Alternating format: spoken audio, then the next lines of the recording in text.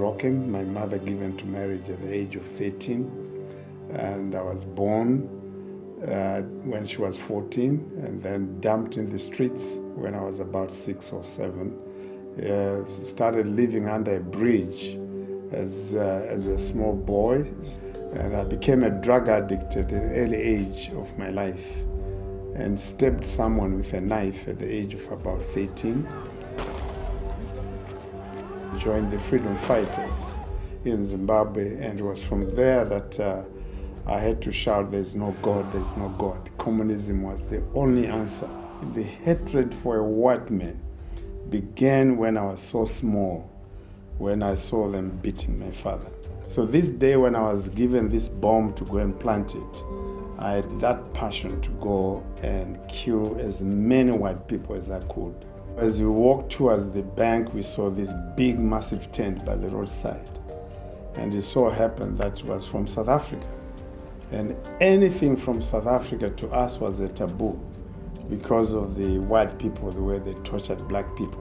And there were about 2,000-3,000 people inside singing praises to God. But we got there, and I said, surround the tent in twos, every corner. And when I blow the whistle at 7 o'clock, throw the bombs inside, and I want every person inside to die. If one person escapes, I'll give you a gift of a bullet in your head. He said, okay, Steve, we'll do that. I said, well, since we've got 5 minutes, maybe let's go inside for 2 minutes only to look at the people we're about to kill. So we went inside with our weapons in the paper bags, sat right the last bench at the entrance like it was left for us. They were singing choruses, but my friends, we started singing out of tune to disturb the meeting. And one preacher came and touched my shoulder and said, please boys, keep quiet. And I pulled out my knife. I said, preacher, if you ever touch me, I'll kill you right now. And he left me. And all my gang turned towards me with shock of their life. And I said, what? Because they were surprised that I warned this preacher. I was that character. When I pulled out my knife, I would use it. When I took out my gun, I would shoot. But they were shocked to see that I'd warned this preacher. They invited a pretty girl from Soweto to share a testimony. And that girl put me off balance completely because she was gorgeous. But the more she shared the testimony, she was, shining with the glory of God. And then she invited another black evangelist, and this man stood up and read 2 verses. Romans 6 verse 23, for the wages of sin is death. And the next thing, I was under deep conviction, and I was crying like a little child. The whole tent looked backwards that this boy was crying. And I picked up my guns and my bombs and went forward.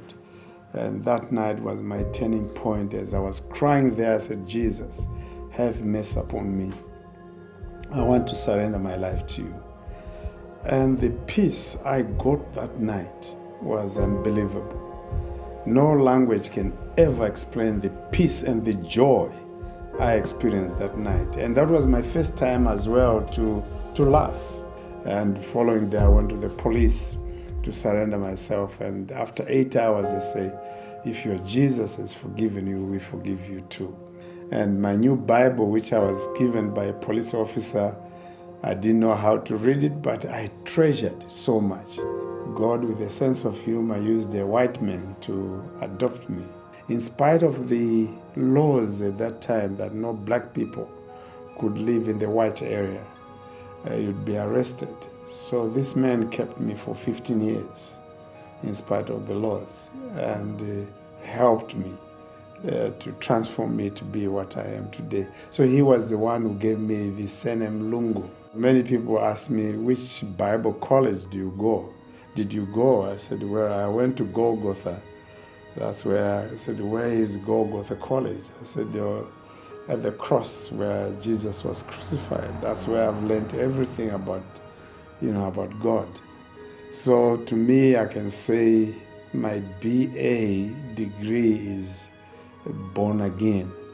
God has taken me around the globe preaching the gospel, meeting, presidents of different countries. They invite me, pay for my ticket, and preached around the United States, almost every state. 2 years ago, I was preaching at Pentagon to the CIA intelligence. They said, "You are the first black man to preach here." So I look at myself that God could, choose a person who was thrown away by my mother. Little did she know that the boy I'm dumping today would travel around the globe and, preach to statesmen. But, God picks up a nobody and makes you a somebody.